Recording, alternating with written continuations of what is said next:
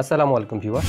জিপিফাই router কেমন, এর performance কেমন, স্পিড কেমন, সংযোগ নেব কিনা, কেমন হবে, এমন হাজারো প্রশ্ন যাদের মাথায় ঘুরপাক খাচ্ছে, আজকের ভিডিওটি তাদের জন্য। সম্মানিত ভিউয়ার্স, আমি 5টি পদ্ধতিতে জিপিফাই রাউটারের পারফরম্যান্স চেক করেছি। হ্যাঁ বন্ধুরা, এত কিছু না ভেবে আমার ভিডিওটি সম্পূর্ণ দেখলেই আপনি বুঝতে পারবেন জিপিফাই সংযোগ নেওয়া যায় কিনা। Number 1, phone signal. প্রথমে আমি দেখার চেষ্টা করেছি ফোন সিগন্যালের মাধ্যমে কেমন হয়।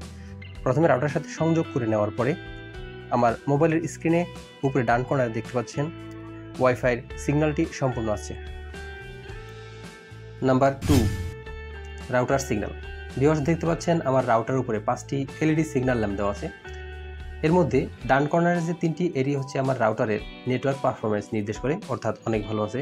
এটি অনেক সময় কমে যায়, অর্থাৎ 1টি বা 2টি বাতি জ্বলে। কেন এমনটা হয় ভিডিও শেষে আমি আলোচনা করব। ভিউয়ার্স, আমার এই ভিডিওর ইন্ড স্ক্রিনে জিপিফাই সংক্রান্ত সকল ভিডিও দেওয়া আছে, আপনারা চাইলে সেখান থেকে দেখে নিতে পারেন। প্লিজ লাইক করবেন।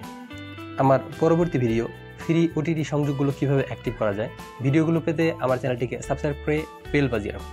Number 3, speed test app.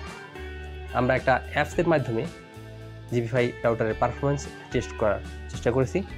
প্রথমে আমরা সার্চ বক্সে টাইপ করব জিপিফাই স্পিড টেস্ট। জিপিফাই স্পিড টেস্ট লিখে আমরা সার্চ করব। সার্চ করার পরে সবার উপরে দেখতে পাচ্ছেন একটা অ্যাপসের logo, free internet speed test. Free internet speed test এই অ্যাপটাকে আমরা ইনস্টল করে নেব। ইনস্টল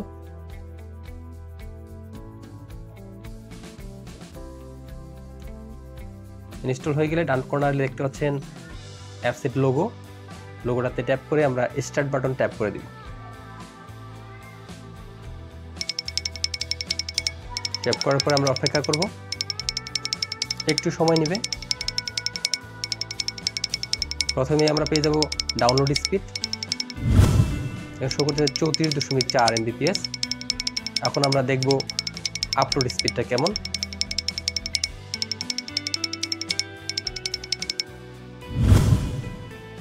.92 একটা সামারি দেখতে পাচ্ছেন আপনারা স্পিড টেস্টের। অ্যাপসের মাধ্যমে আমরা পরপর 3বার টেস্ট করব, টেস্ট করে একটা গড় বের করব। গড় করার পরে দেখতে পারবেন সামারিটা কেমন। Number 4, signal strength. Signal strength test করার জন্য এই অ্যাপসের ইন্টারফেস থেকে সেটিংস অপশনে ট্যাপ করব, করে স্টার্ট করে দিব। আমরা দেখতে পাচ্ছি জিপিফাই এর সিগন্যাল স্ট্রেংথ এর মাপটা -19 dBm চলে আসছে। এটা যত কম থাকবে ভিউয়ার্স তত ভালো, আপনার সিগন্যাল স্ট্রেংথ ততই ভালো। দেখি সর্বনিম্ন কত আসে, -13 dBm। সিগন্যাল স্ট্রেংথ উপরে দেখতে পাচ্ছেন perfect signal strength. Number 5, speed test web. Viewers, আমরা একটি ওয়েবসাইটের মাধ্যমে জিপিফাই এর পারফরমেন্স টেস্ট করব। ক্রোম ব্রাউজারের সার্চ বক্সে লিখে দিব www.fast.com লিখে সার্চ করব। সম্মানিত ভিউয়ার্স, বর্তমান সময়ের সর্বজন গৃহীত এবং সঠিক বলে ধরে নেওয়া হয় এই ওয়েবসাইটটিকে।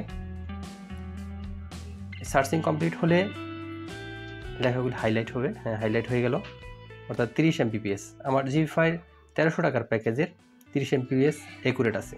নিচে ভিউ মোর অপশন ক্লিক করে দিলে আমরা আরও বিস্তারিত দেখতে পাবো।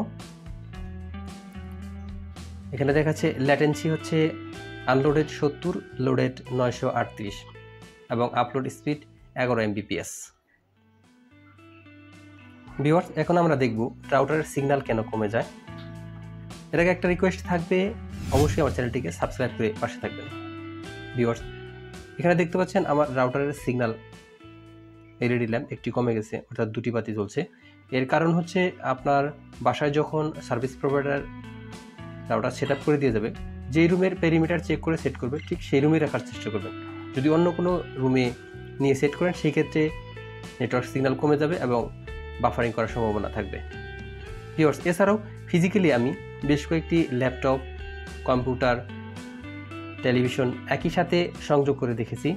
জিবিফাই রাউটারের পারফরমেন্স খুবই ভালো। ধন্যবাদ।